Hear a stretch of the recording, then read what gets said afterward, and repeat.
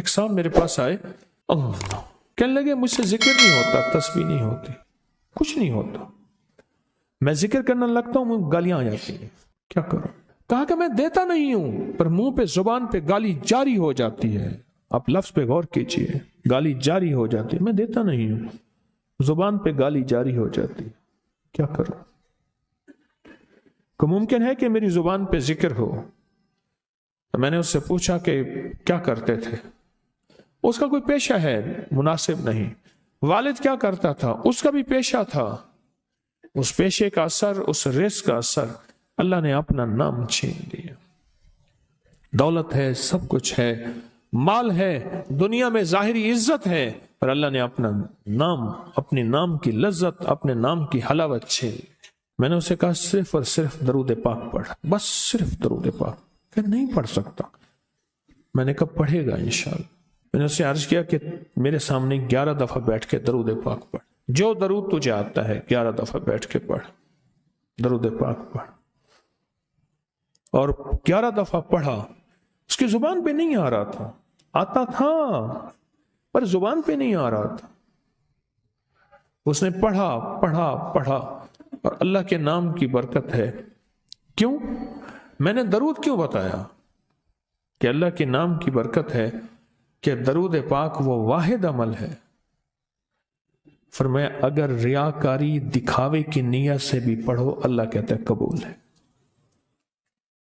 دکھاوا، ریاکاری، لوگ مجھے نیک کہیں، لوگ واہ واہ کہیں، اللہ کے لیے نہیں کر رہا، حالانکہ یہ عبادت کبھی بھی اس کی بارگاہ میں قبول نہیں ہے، کبھی بھی قبول نہیں ہے جو اللہ کے لیے نہ کی جائے۔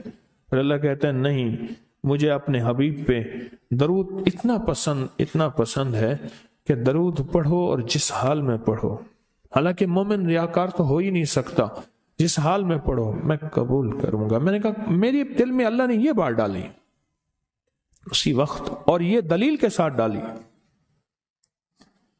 میں نے اس کو درود بتایا، اور اللہ کا نظام دیکھیں، اس کی شان کریمی دیکھیں۔ پھر جو اس کی زبان پہ درود جاری ہوا، جو جاری ہوا، مجھ سے کہنے لگا کہ میں ہفتے میں 1.25 لاکھ کر لیتا ہوں، ہفتے میں 1.25 لاکھ کر لیتا ہوں۔ ایک دو اس نے مجھے عجیب خواب سنایا، کچھ خواب ایسے ہیں جو یاد رہتے ہیں۔ کہنے لگا میں دیکھا کہ پہاڑ ٹکڑے ٹکڑے ہو رہے ہیں، ہر چیز ٹوٹ رہی ہے، اور ایک شور ہے، کوئی گونج ہے، اس کی وجہ سے ہر چیز ختم ہو چکی۔ اور مجھے کسی نے کہا قیامت آ گئی ہے، پریشان ہوں کہاں جاؤں؟ ان المفر کلا لا وزر الی ربک یومئذ المستقر، کہاں جاؤں؟ آخر کار کہا کہ میرے ساتھ ایک بندہ دوڑتا ہانپتا کانپتا آیا، اور وہ بھی پریشان تھا۔ میں نے کہا یہ بھی میں اتنا ہے، پوچھا کہاں؟ کہا قیامت آ گئی، کہاں جاؤں؟ بس ہم دونوں پھر ایک طرف دوڑ پڑے، ایک طرف دوڑ پڑے۔ آگے دیکھا تو ایک بہت بڑا ترازو ہے، اور مجھے پکڑ کے کہا تیرا نام اعمال ہے، جلدی کر۔ کہا کہ میرے پاس ایک طرف پہاڑ کے پتھر کالے تھے، اور اس میں کوئی کالے جانور تھے، اور کہا یہ سارا تیرا گناہ ہے، سب ہے۔ اور ایک طرف ترازو تھا، اس میں چند ذرے تھے اور کچھ بھی نہیں تھا۔ کہا یہ تیری نیکیاں ہیں۔ کہا میں نے سمجھا بس ختم ہو گیا۔ اللہ پاک جل شانہ کے فرشتے آگے بڑھے، اور کچھ چیزیں اٹھا کے نا ایسے ترازو میں ڈالتے جا رہے تھے جو نظر نہیں آ رہی تھی، پر ایسے محسوس ہو رہا تھا کہ ان کے ڈالنے سے ترازو ایک دم ہلا ہے، کوئی وزنی چیز آئی ہے۔ ابھی بہت سارا باقی تھا کہ ترازو میرا جھک گیا، اور میں جا تو کامیاب ہے۔ میں نے پوچھا یہ کون سا عمل ہے؟ کہا تو نے عشق اور جذبے کے ساتھ، عشق اور جذبے کے ساتھ، عشق اور جذبے کے ساتھ وہ جو درود پاک پڑھا تھا، یہ وہی عمل ہے۔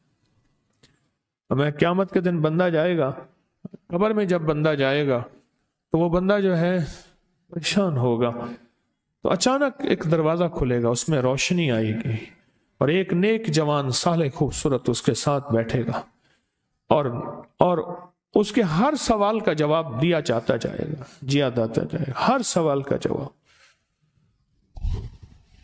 اور منکر نکیر چلے جائیں گے، اور اس کی قبر میں جنت کی کھڑکیاں کھل جائیں گے، جنت کے دروازے کھل جائیں گے۔ تو پوچھے گا یہ کیا ہے، آپ کون ہیں؟ کہا وہ درود ہوں جو دنیا میں تو اٹھتے بیٹھتے سوتے جاگتے پڑھتا تھا، وہ درود۔ تو دنیا میں مجھے نہیں بھولا تھا، آج میں تجھے نہیں بھول